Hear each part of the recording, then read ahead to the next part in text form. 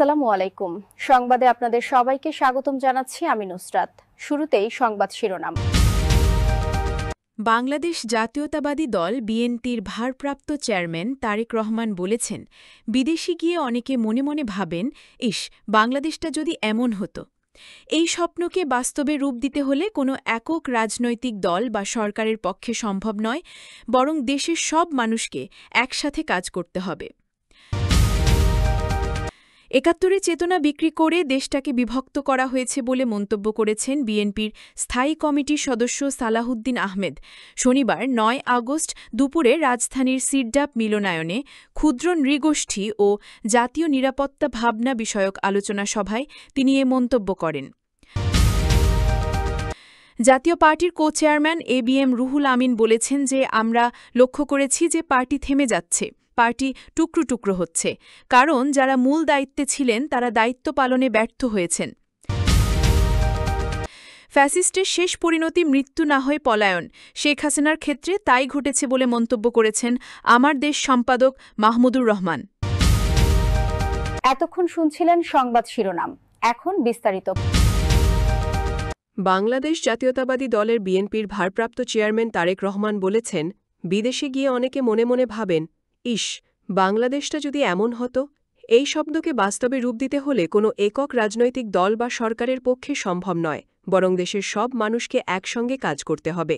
শনিবার ৯ আগস্ট দুপুরে রাজধানীর কাকরাইলে ডক্টরস অ্যাসোসিয়েশন অব বাংলাদেশের জাতীয় সম্মেলনে ভার্চুয়ালি যোগ দিয়ে তিনি এসব কথা বলেন।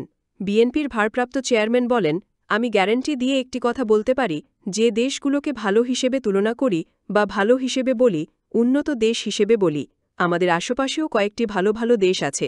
আপনারা যখন সেখানে কাজে কাজে গিয়েছেন, একটি হলেও ছোট্ট দীর্ঘশ্বাস ফেলেছেন, ইস, যখন সে দেশের রাস্তায় নেমেছেন, এয়ারপোর্ট থেকে বেরিয়েছেন, কোথাও গিয়েছেন, আশপাশ দেখে ভেবেছেন, ইস, বাংলাদেশটা যদি এমন করা যেত।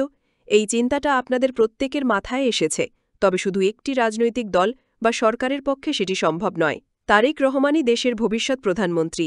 মির্জা ফখরুল। তারেক রহমান আরও বলেন, বাংলাদেশ আমাদের সবার, তাই দেশকে গড়তে হলে সবাইকে একসঙ্গে কাজ করতে হবে।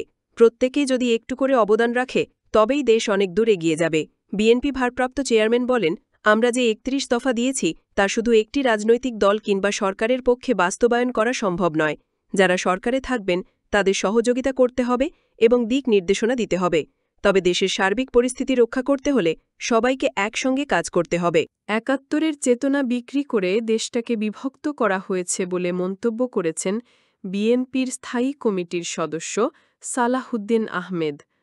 শনিবার ৯ আগস্ট দুপুরে রাজধানীর সিরডাপ মিলনায়তনে ক্ষুদ্র নৃগোষ্ঠী ও জাতীয় নিরাপত্তা ভাবনা বিষয়ক আলোচনা সভায় তিনি এ মন্তব্য করেন।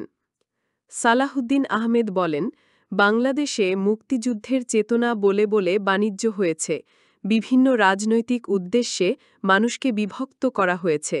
স্বাধীনতার পক্ষে বিপক্ষে বক্তব্য দিয়ে জাতিকে আর বিভক্ত করা যাবে না। তিনি বলেন, বাংলাদেশকে একটি বৈষম্যহীন, শক্তিশালী গণতান্ত্রিক রাষ্ট্র হিসেবে গঠিত করতে হবে। জাতীয় ও আন্তর্জাতিক ষড়যন্ত্র সম্পর্কে সবাইকে সচেতন থাকতে হবে। তারেক রহমানই আমাদের ভবিষ্যৎ প্রধানমন্ত্রী বলে মন্তব্য করেছেন মির্জা ফখরুল। বিএনপির স্থায়ী কমিটির এই সদস্য বলেন, বাংলাদেশের নিরাপত্তার জন্য ফ্যাসিস্ট বড় হুমকি। এই ভূখণ্ড নিয়ে জাতীয় ও আন্তর্জাতিক যে কোনো পরিকল্পনা যাতে সফল হতে না পারে, সেজন্য সশস্ত্র বাহিনী, নিরাপত্তা বাহিনী ও বুদ্ধিজীবী মহল সবাইকে সচেতন থাকতে হবে।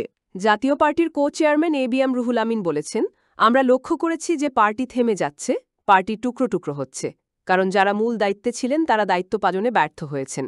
শনিবার ৯ আগস্ট দুপুরে গুলশানের ইমানুয়েল পার্টি সেন্টারে দলের ১০তম জাতীয় কাউন্সিলের স্বাগত বক্তব্যে তিনি এসব কথা বলেছেন। তিনি বলেন, আমাদের নেতাকর্মীদের মূল্যায়ন করে এবং দেশের মানুষের ভবিষ্যৎ সম্ভাবনার কথা চিন্তা করে আমরা কাউন্সিলের আয়োজন করেছি। এবিএম রুহুল আমিন বলেন, দেশ একটা ক্রান্তিকাল অতিক্রম করছে। নির্বাচন হবে কি হবে না, একটা সন্দেহের মধ্যে দেশবাসী প্রহর গুনছে। সারা দেশের মানুষ নিরাপত্তাহীনতায় রয়েছে, কখন কিভাবে আহত হবে, আঘাতপ্রাপ্ত হবে, বাড়ি থেকে বের হয়ে ঘরে ফিরতে পারবে কিনা, এরকম একটা সময়ের মধ্যে আমরা এই কাউন্সিলের আয়োজন করেছি। এই কাউন্সিল জাতির জন্য অত্যন্ত গুরুত্বপূর্ণ।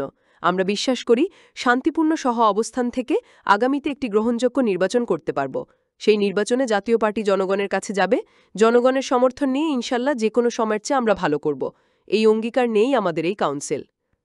এবিএম রুহুল আমিন বলেন, গত ৮ বছর ধরে এই পার্টির কী অবস্থা ছিল। আমাদের নেতাকর্মীরা তাদের শরীরের ঘাম, তাদের অর্থ, তাদের সন্তানের টাকা নষ্ট করে তারা এই দল টিকিয়ে রেখেছে। দল সামনে এগিয়ে যাবে এরকম একটা প্রত্যাশা নিয়ে তারা সুখে দুঃখে জাতীয় পার্টির পাশে ছিলেন। তিনি আরও বলেন, আল্লাহর রহমত আমাদের সবার ভাগ্য, আমরা ভবিষ্যৎ সম্ভাবনা নিয়ে আবার এগিয়ে যাব।